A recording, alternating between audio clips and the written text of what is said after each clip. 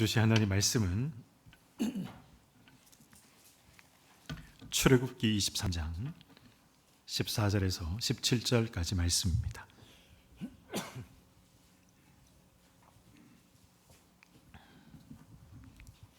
출애굽기 23장 14절에서 17절까지의 말씀, 구약성경 117면에 있습니다.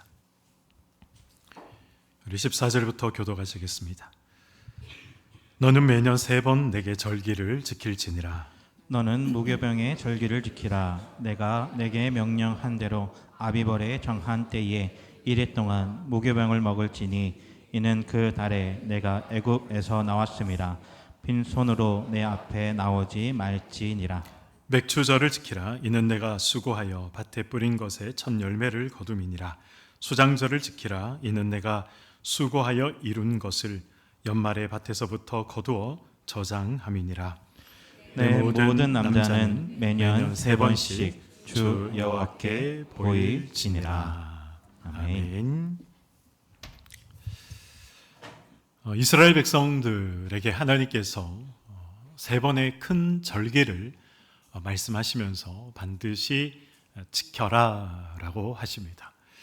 그 3번의 큰 절기가 무엇입니까? 오늘 말씀을 보시면 무교절과 그리고 수장절, 그리고 우리가 오늘 지키고 있는 맥추절, 이 3 절기를 하나님께서 지켜라 말씀하십니다.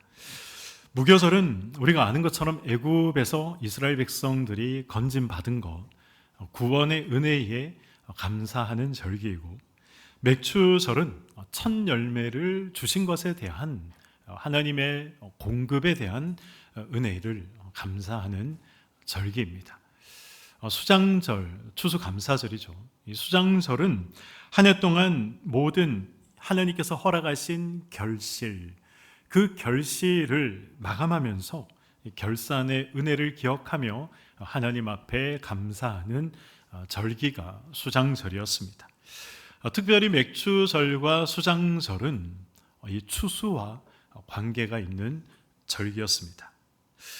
우리는 이 수장절, 이 수장절에서 비롯된 추수감사절은 중요하게 생각하죠. 특별히 추석이라는 큰 명절도 우리에게 있기 때문에 우리 정서상으로도 그래서 이 수장절, 추수감사절은 중요한 절기다라는 생각이 우리에게 있습니다. 그러나 맥추절, 오늘 우리가 지키고 있는 이 맥추감사절은 중요하다라는 생각을 크게 가지지 않습니다.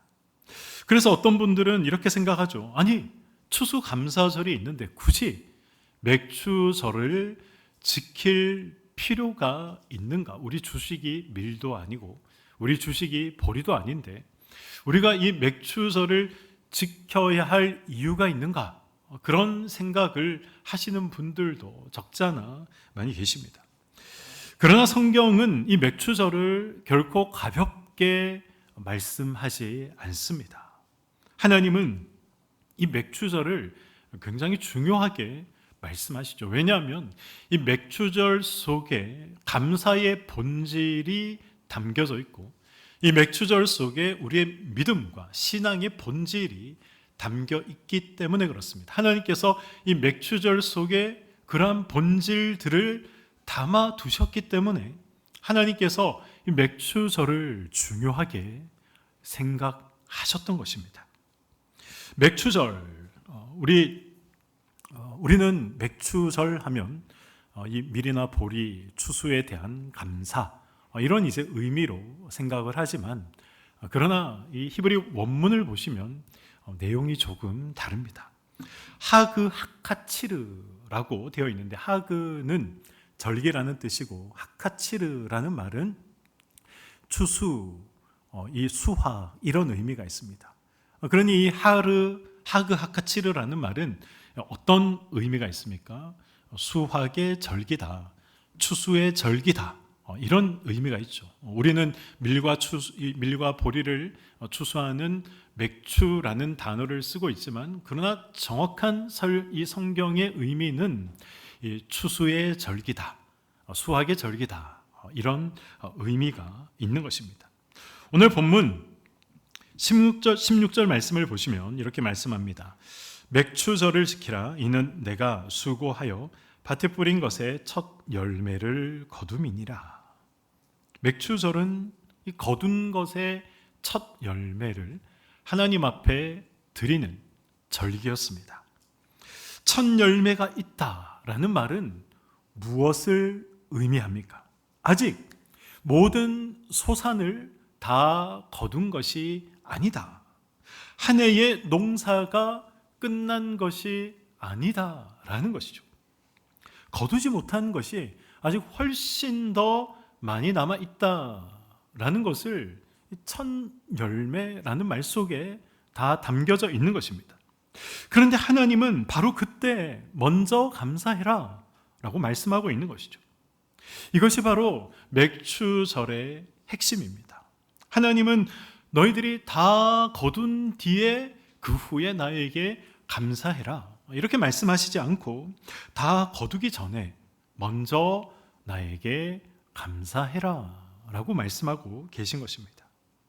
우리는 뭔가 다 채워진 뒤에, 다 완성된 뒤에, 뭔가 우리가 완벽하게 성취한 후에 우리가 그 결과를 두고 하나님 앞에 감사해야 한다라는 것은 어느 정도 납득합니다.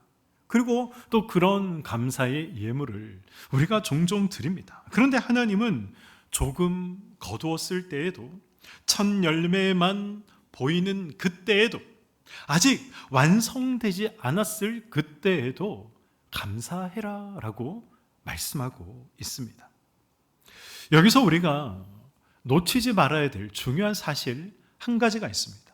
하나님이 이 맥추절의 명령을 이스라엘 백성들이 어디에 있을 때, 어떤 상황 가운데 있을 때 이런 명령을 하나님이 주셨는가 하는 것입니다. 하나님께서 이스라엘 백성들에게 맥추절을 명하셨을 때, 그때 이스라엘 백성들은 가나안에 있지 않았습니다. 광야에서 그들은 이 말씀을 받았습니다. 여러분, 생각해 보면 이것이 이상하지 않습니까? 맥추절은 밭에 씨앗을 뿌리고 첫 열매를 하나님 앞에 드리는 절기였습니다. 그러나 광야에서는 밭도 없었고 씨를 뿌릴 땅도 없었고 당연히 수확이나 소출이 있을 수 없었습니다.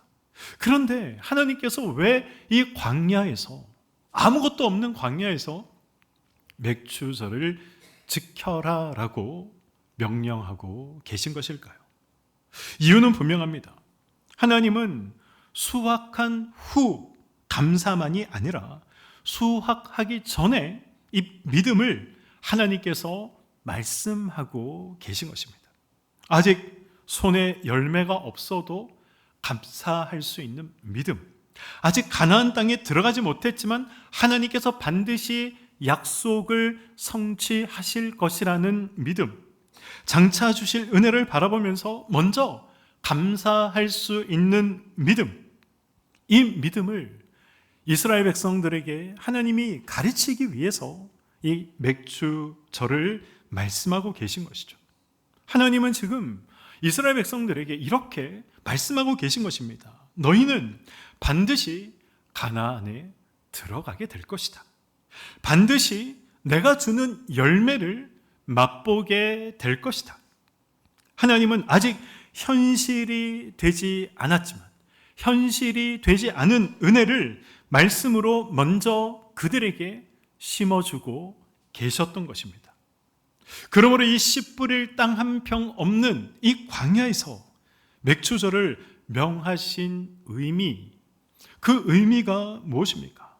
감사라는 것은 다 거둔 후에 하는 것이 아니다. 하나님이 주실 것을 믿고 먼저 감사드리는 것이다. 믿음의 고백인 것이다. 라는 이 사실을 하나님께서 말씀하고 계신 것입니다. 첫 열매를 드린다. 많은 것 중에 일부를 드린다. 전체 중에 부분을 드린다. 그런 의미가 아닙니다. 내 손에 들어온 것만 이 하나님의 것이 아니라 아직 들어오지 않은 모든 것들, 아직 추수해야 할 모든 것들 역시 하나님의 것입니다 라는 고백이 하나님 앞에 드리는 첫 열매에 다 담겨져 있었던 것이죠. 예전에는 첫 월급을 드리는, 하나님 앞에 온전히 드리는 그런 분들이 제 기억에는 종종 계셨습니다. 이직을 하면 또 이직한 곳에서 하나님 앞에 첫 예물을 드리는 분들, 그러한 분들이 예물이 올라오는 경우들이 종종 있었던 것으로 기억이 됩니다. 그런데 어느 순간 이런 예물들이 점점 사라지고 있는 것을 보게 됩니다. 저는 사역지를 옮길 때마다 첫 사례는 하나님 앞에 온전히 드립니다. 그 드림 속에는 무엇이 있습니까? 하나님께서 허락하신 이 자리에서 하나님이 주시는 앞으로의 모든 공급은, 이 공급은 하나님으로부터 나오는 것입니다. 이런 고백이 첫 예물에, 첫 열매를 드림에 담겨져 있는 것이죠. 현재의 소산만이 아니라 내 밭에서 나오는 모든 소산은 하나님이 주시는 것입니다. 더 나아가서 내 삶 전체가 하나님께 속해 있습니다 라는 이 고백을 하는 것입니다. 이 사실을 분명하게 보여주는 사건이 만나의 사건이죠. 출애굽기 16장을 보시면 출애굽한 이스라엘 백성들이 먹을 것이 없어서 원망하고 불평하는, 하나님을 향해서 불만을 터뜨리는 장면이 기록이 되어 있습니다. 그런데 하나님께서 그런 이스라엘 백성들을 벌하시지 않고 하나님이 만나를 내려주십니다. 이 배고픔의 문제는 겉으로 본다면 이 생존의 문제처럼 보이지만, 그런데 하나님은 그렇게 말씀하지 않으십니다. 이것은 믿음의 문제다, 이것은 신앙의 문제다 라고 말씀하시죠. 신명기 8장 3절을 보시면 이런 말씀이 기록되어 있습니다. 너를 낮추시며 너를 줄이게 하시며 또 너도 알지 못하며 내 조상들도 알지 못하던 만나를 내게 먹이신 것은 사람이 떡으로만 사는 것이 아니요 여호와의 입으로 나오는 모든 말씀으로 사는 줄을 내가 알게 하려 하심이니라. 아멘. 하나님께서 이스라엘 백성들에게 만나를 내려 먹이신 이유가 무엇이다라고 말씀하고 있습니까? 그들의 배고픔을 없애기 위해서, 그들의 배를 채워주기 위해서가 아니라 사람은 떡으로만 사는 존재가 아니다, 하나님의 말씀으로 사는 존재다 라는 사실을 말씀하시기 위해서, 가르치기 위해서 하나님께서 만나를 내리셨다라고 말씀하고 계십니다. 그리고 이어지는 말씀들, 신명기 8장 4절 이후를 보시면 하나님은 40년 동안 이스라엘 백성들이 광야 생활을 할 때 옷이 헤어지지 않도록 하셨고 그들의 발이 부르트지 않도록 하셨다라고 말씀하십니다. 하나님은 이스라엘을 향해서 지금 무엇을 말씀하고 계십니까? 나는 너를 책임지는 하나님이다 라고 말씀하고 계신 것입니다. 광야에서는 하나님께서 직접 만나를 내려 이스라엘 백성들을 먹이셨습니다. 가나안에서는 어떻습니까? 가나안에서는 씨를 뿌리고 수고하여서 하나님께서 거두게 하셨죠. 씨 뿌리고 수고하는 인간의 노력이 중요한 것이 아니라, 물론 그런 노력도 있어야지만 결국 누가 준다는 것입니까? 방식은 달랐지만 공급해 주시는 분, 먹이시는 분은 하나님이시다라는 사실을 성경은 말씀하고 있는 것이죠. 가나안에 들어가서 풍성한 수확을 얻었을 때 그것을 자기 힘, 자기 노력, 자기 수고의 열매로, 결과로 보지 말아라, 착각하지 말아라 말씀하고 계신 것입니다. 광야에서의 맥추절은 지금은 눈에 보이지 않고 지금은 손에 만져지지 않지만 그러나 주실 하나님, 그 주실 하나님을 믿는 믿음의 감사였던 것입니다. 가나안에서의 맥추절은 거둔 뒤에도 여전히 하나님께서 주셨음을 인정하는 그런 감사의 고백이 담겨져 있는 것이죠.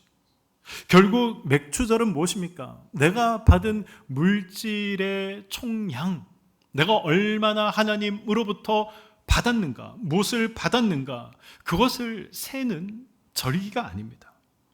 내 삶의 공급자가 누구신가, 이것을 확인하는 절기가 맥추절이었던 것입니다. 하나님은 지금 저와 여러분에게 그래서 묻고 계십니다. 내가 너를 먹였고 입혔고 인도했고 살렸는데 너는 그 사실을 알고 있느냐? 고백하고 있느냐? 하나님께서 이렇게 묻고 계신 것이고, 이런 질문 앞에 서는 날이 맥추절인 것입니다. 15절은 이렇게 말씀합니다. 너는 무교병의 절기를 지키라. 내가 내게 명령한 대로 아비벌에 정한 때에 이래 동안 무교병을 먹을지니 이는 그달에 내가 애굽에서 나왔음이라. 빈손으로 내 앞에 나오지 말지니라. 아멘. 빈손으로 나오지 말지니라 말씀합니다. 아니 목사님, 이 빈손으로 나오지 말라는 이 말씀은 지금 무교절을 말씀하시면서 하나님께서 빈손으로 나오지 말라라고 말씀하신 것 아닙니까? 라고 저한테 묻고 싶은 분도 계실 것입니다. 그러나 이 빈손으로 내 앞에 나오지 말라라는 이 말씀은 하나님이 정하신, 명령하신 모든 절기에 적용되는 말씀이었습니다.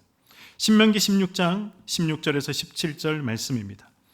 너의 가운데 모든 남자는 1년에 3번 곧 무교절과 77절과 초막절에 내 하나님 여호와께서 택하신 곳에서 여호와를 배웁되 빈손으로 여호와를 배웁지 말고 각 사람이 내 하나님 여호와께서 주신 복을 따라 그 힘대로 드릴지니라. 아멘. 77절은 맥추절의 또 다른 이름이죠. 또 다른 표현입니다. 초막절은 이 수장절의 또 다른 이름입니다. 그 절기에 어떻게 하라라고 말씀하십니까? 주신 복을 따라 그 힘대로 드려라 라고 말씀하십니다. 본문의 표현대로 말하면 빈손으로 하나님 앞에 나오지 말라는 것이죠. 오늘 우리가 이런 말씀을 들으면 부담스럽습니다. 그리고 이 말씀을 들으면 오해를 할 수 있습니다. 아니, 하나님은 나에게 무언가를 받아내려고 하시는 분이신가? 하나님은 나에게 강제로 헌금을 요구하는 분이신가? 이런 생각을 할 수도 있지만 그것은 하나님의 말씀을 몰라서 우리가 오해하는 오해이고 착각입니다. 하나님은 우리가 아는 것처럼 부족한 분이 아니죠. 내가 하나님께 무언가를 드린다고 해서 그것으로 하나님이 채워지시는 분이 아니십니다. 오히려 그 반대죠. 하나님께서 저와 여러분의 필요를 채워주시는 분이 하나님이십니다. 그렇다면 하나님께서 왜 빈손으로 나오지 말라 이 말씀을 하시는 것입니까? 이것은 응답하고 반응하라는 것입니다. 내가 너에게 베푼 은혜를 기억하며 감사로 반응해라. 은혜를 잊은 채 형식적으로 그저 내 앞에 나오는 것이 아니라 감사로 반응해라 말씀하고 있는 것입니다. 핵심은 뭔가 하나님 앞에 드림의 많고 적음, 물질의 많고 적음이 아니라 은혜를 기억하는 마음이 너에게 있느냐 하는 것입니다. 그러므로 첫 열매를 드리는 것은 남은 것을 하나님 앞에 드리는 것이 아닙니다. 그냥 형식적으로 거칠애로 내가 직분이 있으니까, 사람들 보는 눈이 있으니까 하나님 앞에 그냥 형식적으로 드린다, 그렇게 드리는 것이 아닙니다. 하나님 앞에 먼저 드리는 것입니다. 먼저 드린다는 것은 무엇입니까? 하나님께서 내 삶의 중심에 계십니다. 하나님께서 내 삶의 첫 번째 자리에 계십니다 라는 것을 고백하는 것이죠. 그래서 감사는 하나님을 삶의 첫 자리에 모시고 살아가는 사람이 드리는 삶의 예배가 되는 것입니다. 감사는 단순한 감사가 아니라 하나님을 삶의 첫 번째 자리에 모시고 살아가는 사람의 삶의 예배라는 것을 우리가 기억해야 하는 것입니다.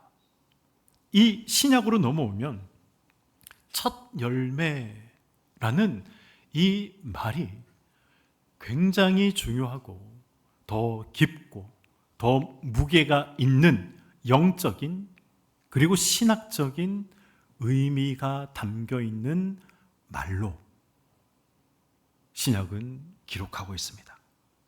고린도전서 15장 20절 말씀입니다. 이제 그리스도께서 죽은 자 가운데에서 다시 살아나사 잠자는 자들의 첫 열매가 되셨도다. 아멘. 예수님이 부활의 첫 열매가 되셨다라고 말씀하고 있습니다. 여러분, 이 고린도전서 15장 20절 말씀의 이 구조를 잘 보셔야 됩니다.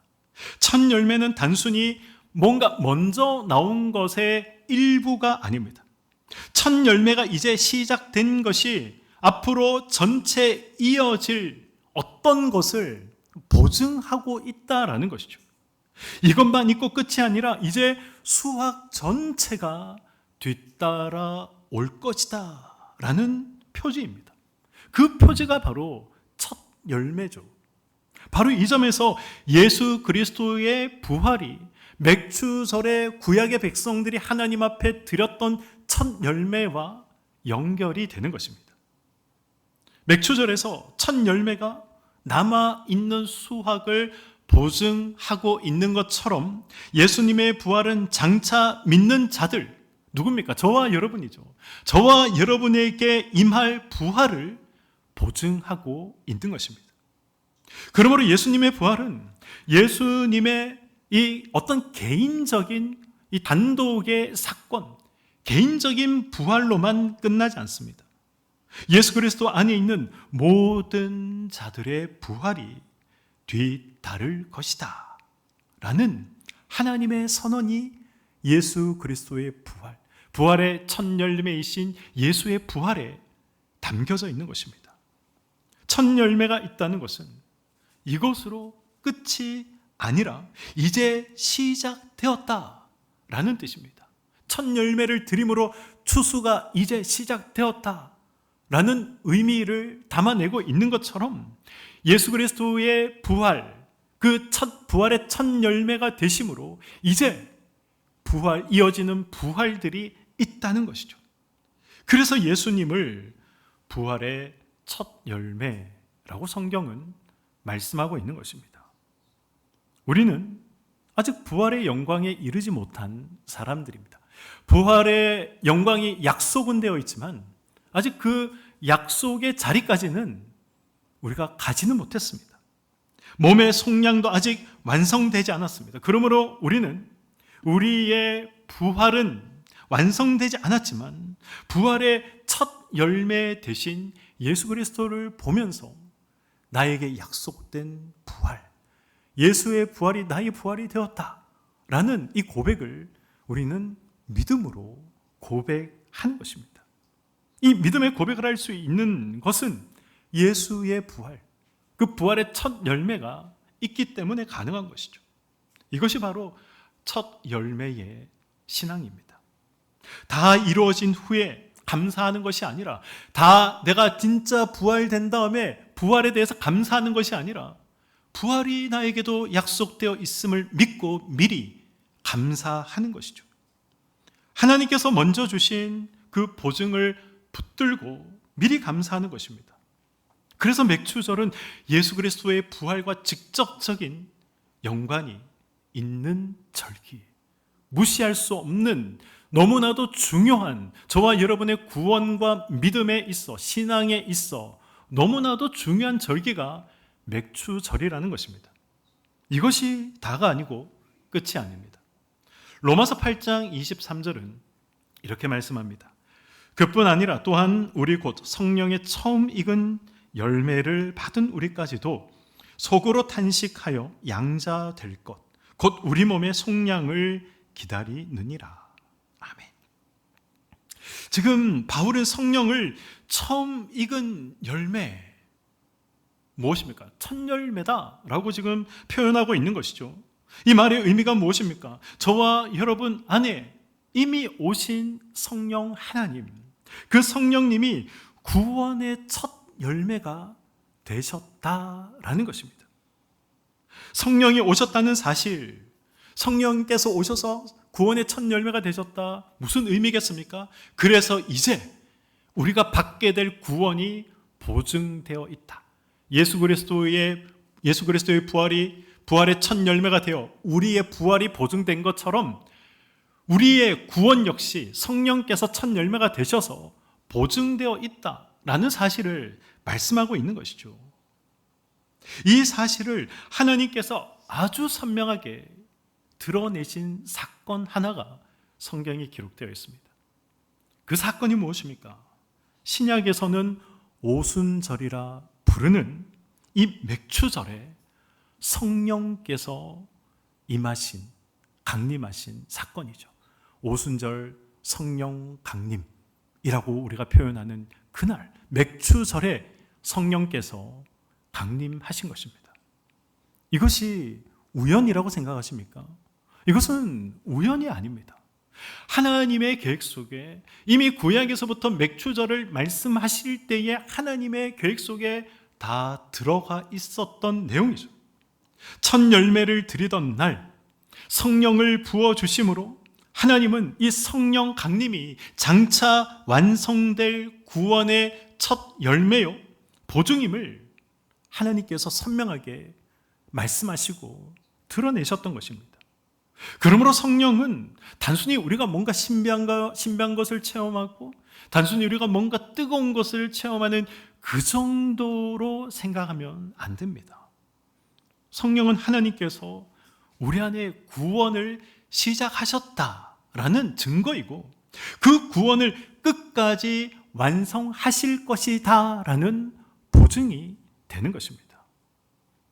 이제 우리는 분명히 알아야 하고 알 수 있습니다.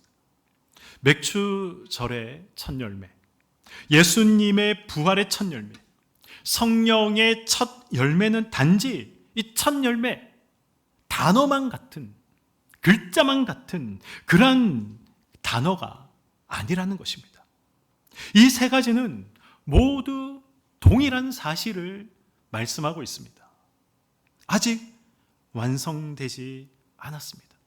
아직 전체가 이루어진 것이 아닙니다. 그러나 하나님께서 먼저 주신 것이죠. 그리고 먼저 주신 것이 장차 올 완성을 보증하고 있다는 것입니다. 하나님께로부터 받은 첫 열매, 이 열매 이후에 오게 될 모든 땅의 소산들은 하나님께서 보증하고 계신 것이다. 예수 그리스도의 부활의 첫 열매, 그 부활은 앞으로 나와 믿는 모든 오고 오는 세대, 이미 지나간 세대, 그 모든 세대 속에서 예수 그리스도를 믿은 자들에게 보증된 부활의 약속이다라는 것입니다. 성령도 마찬가지죠. 성령의 열매, 첫 열매, 그것은 나의 구원을 보증하는, 앞으로 있을 구원의 영광을 보증하는 하나님의 약속이다라는 것입니다. 우리는 왜 먼저 감사할 수 있습니까? 아픔 중에도 왜 감사할 수 있습니까? 부족함 중에도 왜 먼저 감사할 수 있습니까? 이미 우리는 가장 큰 첫 열매를 받았기 때문에 감사할 수 있습니다. 예수님이 부활의 첫 열매가 되셔서 우리의 부활을 보증하고 계시고 성령께서 구원의 첫 열매로 우리 안에 오셔서 장차 완성될 구원을 보증하고 계십니다. 그러므로 오늘 우리의 감사는 단지 손에 만져지고 눈에 보여지는 그러한 결과만 보고 드리는 감사가 아닌 것이죠. 하나님께서 이미 시작하셨고 반드시 완성하실 은혜를 믿고 드리는 감사인 것입니다. 그저 입술에만 배어있는 습관적으로 나오는 감사, 초상적인 감사, 정말 실제가 없고 만져지지 않는 그런 감사가 아니라 실제가 있는 가장 큰 것을 받았습니다. 부활을 약속받았고 구원을 약속받았습니다. 그래서 우리가 감사할 수 있는 것이죠. 어떤 상황 가운데에도 감사할 수 있는 것이고 해야 하는 것입니다. 예수님은 마태복음 6장에서 이런 말씀을 하시죠. 우리가 알고 있는 유명한 말씀입니다. 무엇을 먹을까 마실까 입을까 염려하지 말아라. 먼저 하나님의 나라와 의를 구하라 말씀하십니다. 결국 이 필요의 많고 적음이 아니라 우선순위를 예수님께서 말씀하고 계십니다. 첫 열매를 드린다는 것은 하나님을 내 삶의 첫 자리에 모신다는 것입니다.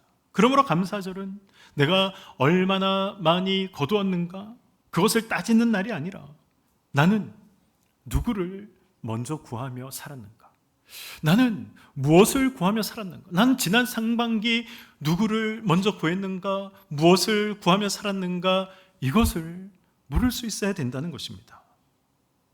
신자의 자랑은 여러분 성공도 아니고 재산도 아닙니다. 물론 가지면 좋겠죠. 성공하면 좋겠죠. 그런데 그것이 우리의 궁극적인 자랑은 될 수 없습니다.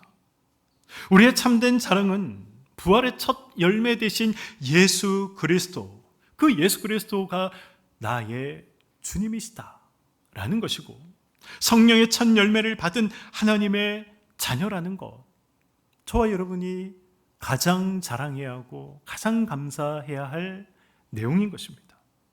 그리고 떡으로만 사는 사람이 아니라 하나님의 말씀으로 살아가는 사람이다 라는 이 사실이 우리의 자랑과 감사가 되어야 하는 것입니다.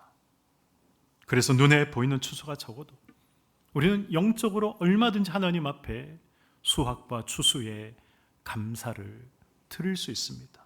어려운 가운데 그럼에도 불구하고 기도가 살아났다면, 눈물 속에서도 그럼에도 불구하고 말씀이 나에게 새롭게 다가오고 있다면, 고난 속에서도 그럼에도 불구하고 하나님을 친근히 하는 삶이 살아나고 있다면 그것이 바로 하나님께서 주신 참된 수확인 것이죠. 옥중서신이라고 말하는 빌립보서 4장을 보시면 바울은 어떤 형편에서든 자족하기를 배웠다라는 고백을 하고 있습니다. 형편이 감사를 결정하는 것이 아니라 믿음이 감사를 결정하는 것이다 라는 것입니다. 그러므로 감사절은 풍성한 어떤 소산, 눈에 보이고 손에 잡히는 그러한 소산만을 보고 두고 감사하는 날이 아닙니다. 부족함 가운데서도 나를 붙드시고 흔들림 속에서도 나를 더 깊은 믿음으로 이끌어 가시는 하나님께 감사하는 날인 것이죠. 물질의 수확만이 아니라 믿음의 수확도 이 감사절에 우리가 결산해야 하는 것입니다. 말씀을 맺도록 하겠습니다. 우리의 인생은 항상 완성된 자리에 있기보다는 미완성된 자리에 서 있을 때가 더 많이 있습니다. 아직 해결되지 않은 문제들 있을 수 있죠. 채워지지 않은 필요들, 오랫동안 기도했지만 여전히 하나님으로부터 어떠한 응답도 받지 못한 기도의 제목들 있을 수 있습니다. 그러나 바로 그 자리에서 하나님께서 말씀하십니다. 다 거두기 전 먼저 감사해라.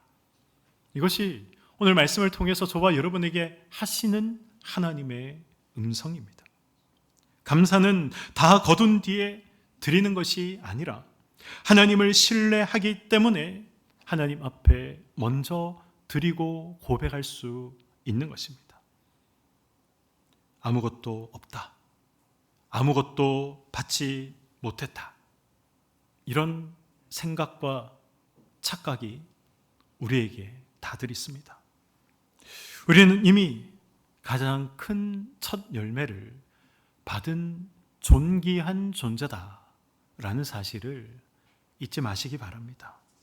예수님이 부활의 첫 열매가 되셔서 우리의 부활을 지금도 보증하고 계십니다. 우리 안에 오신 성령께서 구원의 첫 열매로 장차 완성될 우리의 구원, 우리의 그 영광의 자리를 보증하고 계십니다. 그러므로 우리의 감사는 막연한 기대가 아닙니다. 부활하신 그리스도와 우리 안에 거하시는 성령을 근거로 드릴 수 있는 감사가 되어야 하는 것입니다. 혹시 지금 광야와 같은 삶을 지나가고 계시는 분이 계십니까? 아직 밭도 없다. 아직 손에 잡히는 무언가가, 눈에 보이는 무언가가, 열매가 없다라고 생각되는 분들이 계십니까? 그렇다면 맥추절의 말씀은 바로 여러분들을 향해 하시는 하나님의 말씀입니다. 광야에서 맥추절을 말씀하신 하나님은 없는 그 광야의 현실 속에서도 하나님께서 말씀하신, 그래서 이제 존재하고 있는 약속을 붙들게 하셨습니다. 오늘의 눈물이 내일의 첫 열매가 되게 하시고, 오늘의 순종이 장차 풍성한 이 수확의 시작이 되게 하시는 그 하나님을 저와 여러분이 끝까지 신뢰할 수 있기를 소망합니다. 맥추절은 우리가 무언가 수확해서 손에 쥐고 있는 것을 보는 그런 절기 이전에 맥추절은 신뢰의 절기입니다. 우리가 받은 것을 계산하는 절기 이전에 맥추절은 고백의 절기인 것입니다. 그러므로 이 결단이 저와 여러분에게 있었으면 좋겠습니다. 내 삶의 첫 자리는 하나님의 자리입니다. 내 인생의 공급자는 하나님이십니다. 내 미래의 완성도, 내 모든 것의 완성도 하나님 손에 달려 있습니다. 그러므로 다 거두기 전에 미리 먼저 감사하는 인생을 하나님 앞에 살겠습니다 라는 이러한 결단과 고백이 있기를 원합니다. 이 믿음의 고백과 결단으로 우리가 상반기를 비록 살아오지 못했다면 우리의 하반기가 이 믿음과 이 결단으로 채워지는 2026년에 저와 여러분의 하반기의 삶이 되시기를 주님의 이름으로 간절히 축원드립니다. 아멘.